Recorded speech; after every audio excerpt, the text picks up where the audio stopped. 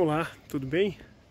Estou aqui no alto da Universidade Livre do Meio Ambiente em Curitiba para falar de eleições 2026, de política propriamente dita.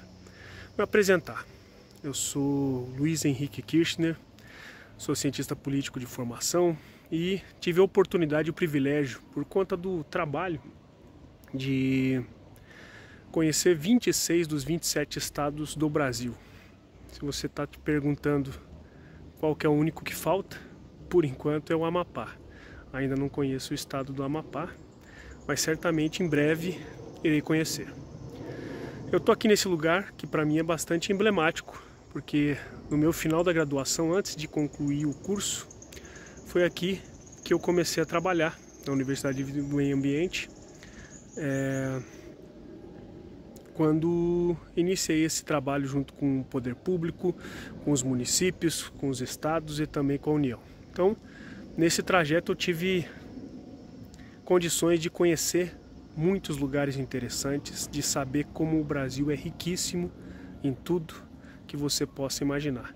Recursos naturais, cultura, gastronomia, que é incrível, e a gente conhece pessoas muito especiais nesse trajeto. Você já deve estar acompanhando reformas ministeriais acontecendo, com a troca de cargos políticos, reforma de secretariado no governo do estado, e aqui em Curitiba, no meu estado do Paraná, também não é diferente. Mas eu, cansado de ver a gente sempre fazendo a mesma coisa e esperando resultados diferentes, meu objetivo aqui é compartilhar muito dessa minha vivência, dessa minha experiência, para tentar colaborar e contribuir significativamente com os nossos diálogos, com os debates, não só eleitorais, mas também nas nossas cidades e agora nos cargos de governo, no legislativo. Então vai ser uma troca de experiências, mas principalmente contando muita história, para dizer que a gente está olhando para o lado errado. A gente fica dando muito foco no governo federal, e para eles isso é ótimo, dando um pouquinho de foco também no governo do estado, mas a gente acaba não dando atenção para onde realmente precisa, que é nas nossas cidades, nos nossos municípios. E para quem não gosta de política, vou contar uma situação interessante, que eu até comentei com a minha filha um tempo atrás.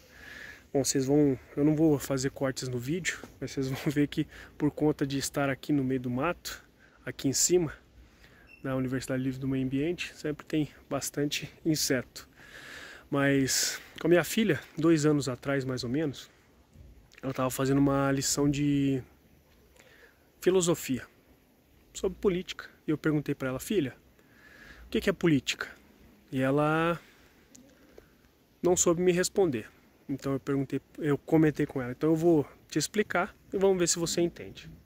Falei para ela que política é o processo pelo qual diferentes interesses são levados à formulação e tomada de decisão que afeta uma coletividade. E aí eu perguntei para ela: e aí, filha, entendeu? E ela respondeu para mim: não, pai, continuo sem entender. Então eu trouxe o exemplo para ela. Filha, vamos imaginar que hoje à noite a gente vai jantar.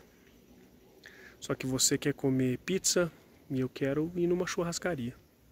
Com certeza não vamos cada um para um lugar. A gente vai entrar num consenso de repente escolher um dos dois ou até mesmo uma terceira opção. Esse processo de pegar diferentes interesses que levou a uma decisão que afetou uma determinada coletividade, nesse caso ela e eu, esse processo é política. Ou seja, onde quer que haja mais de uma pessoa, há política.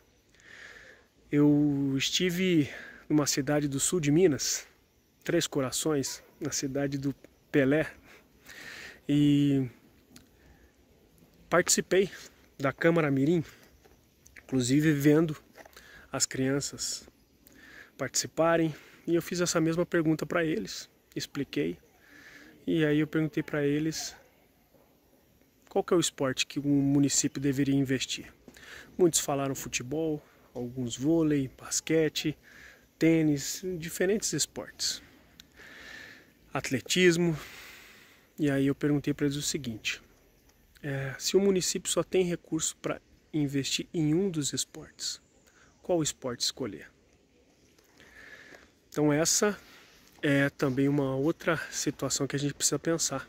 Não é só de qual esporte escolher, mas é que os recursos são escassos, os interesses são diversos e a gente precisa tentar conciliar essas vontades para poder atender um maior número de pessoas, para poder dar condição para quem realmente precisa e especialmente também melhorar a nossa convivência por aqui. Então eu vou encerrar essa parte por aqui, porque eu vou descer e vou continuar essa conversa lá de baixo. Me acompanhe. Bom, eu vou continuar a conversa com vocês aqui de baixo, dá para ter uma vista um pouquinho melhor, vou até virar aqui, tem uma pedreira, um lago. Mas continuando, então eu iniciei aqui faz muito tempo e resolvi vir para cá nessa energia para compartilhar com vocês. E falando de política, que nós falamos lá em cima, é interessante a gente perceber como que a gente muda de opinião, né? Em 2014, no auge das eleições presidenciais daquele ano, eu peguei um voo aqui de Curitiba para dar uma palestra em Fortaleza. Só que esse voo ele fazia escala em Salvador. Então até Salvador era um voo de 2 horas e meia. E em 2014, não sei se vocês se lembram, mas isso foi setembro de 2014. E até então foi a eleição mais disputada para a presidência da República. Depois nós tivemos agora essa disputa mais acirrada ainda recentemente entre Lula e Bolsonaro. Mas na época era a disputa entre a Dilma, que foi reeleita, e o Aécio Neves. E eu lembro que sentou ao meu lado, assim que eu embarquei no avião, um empresário aqui de Curitiba e perguntou o que eu fazia, né, com o que eu trabalhava. Eu comentei que sou cientista político e foi a deixa para ele falando de política de Curitiba a Salvador, num monólogo praticamente, porque ele foi me contando e explicando por que política era ruim, por que atrapalhava a vida dele, por que era ruim para os negócios, por que não era saudável para o brasileiro, por que todo mundo era corrupto, enfim. Na época, eu até me chamou a atenção, eu achei interessante, porque a política entrou na pauta de conversa de todo cidadão brasileiro. Isso eu tinha percebido em 2014, que do cidadão mais simples ao mais sofisticado, todo mundo falava de política, de alguma forma. Isso me lembrou, voltando a falar da minha graduação, da minha faculdade, de quando eu estava na universidade, a gente fazia uma pesquisa para entrevistar pessoas que eram economicamente ativas ou que estavam na universidade na época do golpe militar, em 64, né, um pouquinho depois, enfim, no início da ditadura militar. E o objetivo da pesquisa era identificar o que falava-se sobre política na época. E, pasmem, ou talvez não, né, mas foi estarrecedor de perceber que as pessoas não lembravam de nada do que falavam sobre política. Então, não só não falavam de política, como não tinham nenhuma lembrança disso. Então, em 2014, eu imaginei que seria saudável, que então agora a política entrou na pauta de conversa de todo mundo. Porém, como toda tese pode ser superada, toda opinião também, nas últimas eleições já em 2018, eu já discordo disso. Eu acho que a gente precisa melhorar muito a qualidade das discussões políticas antes da política estar na pauta de conversa de todo mundo. Porque o cidadão, não sei se vocês sabem, mas 30% da população ela tem alguma relação direta com a política, ou seja, a política impacta, interfere no dia a dia dela, na vida dela. Ou seja, são servidores públicos municipais, estaduais ou federais, seja no executivo, no legislativo ou no judiciário, alguma pessoa que trabalha com associações, com instituições do terceiro setor, com ONGs, sindicatos, pessoas que trabalham em empresas que prestam serviço para o poder público. Então todas essas pessoas são impactadas, de certa forma, com a política. Então elas prestam atenção no que está acontecendo na política. De alguma forma elas sabem de algumas movimentações.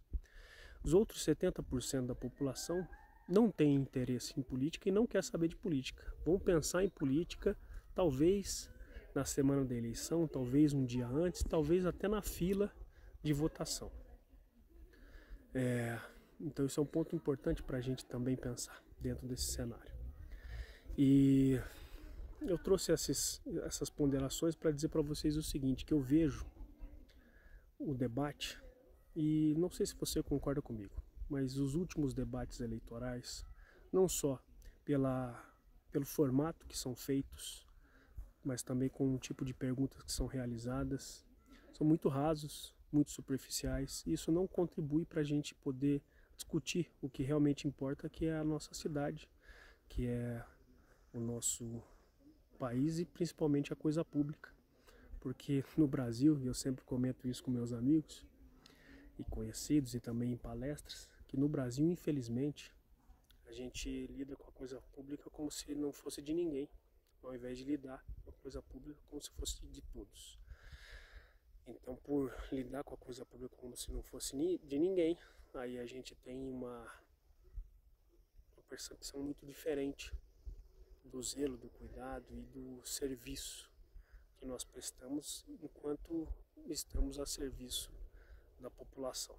Então há sempre algumas deturpações.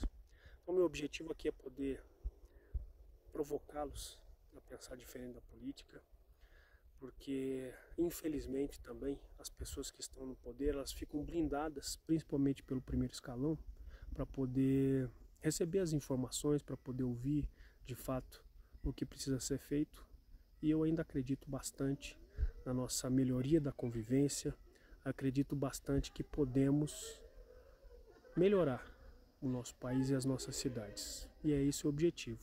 Vou trazer muitas histórias de todos esses estados e municípios que eu trabalhei, que eu viajei, que eu ministrei palestra, que eu pude conhecer pessoas interessantíssimas e que fazem um bom trabalho. E histórias também que vão ser talvez não tão estarrecedoras, mas que com certeza você pode se identificar. E eu quero poder colaborar e ajudar para que em 2026 um número maior de pessoas possa pensar diferente na política. Então esse aqui é um lugar simbólico para eu poder gravar esse vídeo, essa opinião. Eu vou encerrar com uma frase que eu acho fantástica, em meio ao cenário político de que todo mundo quer que as pessoas pensem igual, que as pessoas que prestam são as pessoas que têm a mesma opinião. É uma frase do Walter Lippmann que diz o seguinte: onde todos pensam igual, ninguém pensa muito. Onde todos pensam igual, ninguém pensa muito. O objetivo é poder provocá-los para que a gente possa refletir e pensar muito diferente. Colaborar. Aí o objetivo não é viralizar, não é criar vídeos curtos, aqui é poder trocar ideias de verdade, de situações interessantíssimas e que com certeza você, na sua cidade, seja em um dos 5.570 municípios do Brasil, e dentre eles mais de 90% tem até 50 mil habitantes, ou nas grandes metrópoles, nos centros e nas cidades maiores. Então a gente vai conversar muito sobre isso e, se Deus quiser e fizer sentido para você, a gente vai começar a pensar diferente e entender um pouquinho diferente, tá bom? Obrigado pela atenção e me acompanhe, se faz sentido para você.